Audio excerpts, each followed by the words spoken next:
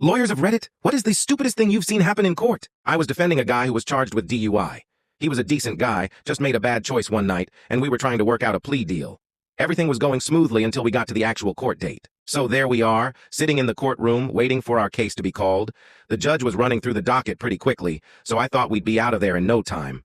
That's when my client, who had been fidgeting nervously next to me, suddenly whispered that he needed to use the restroom.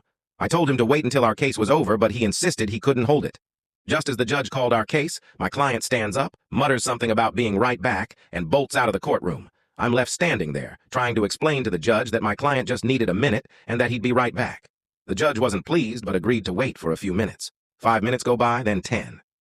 The judge, visibly annoyed, orders a recess and says we'll resume once my client returns. I'm sitting there, sweating bullets, trying to figure out what the hell is taking him so long. Finally, about 15 minutes later, my client comes staggering back into the courtroom. And when I say staggering, I mean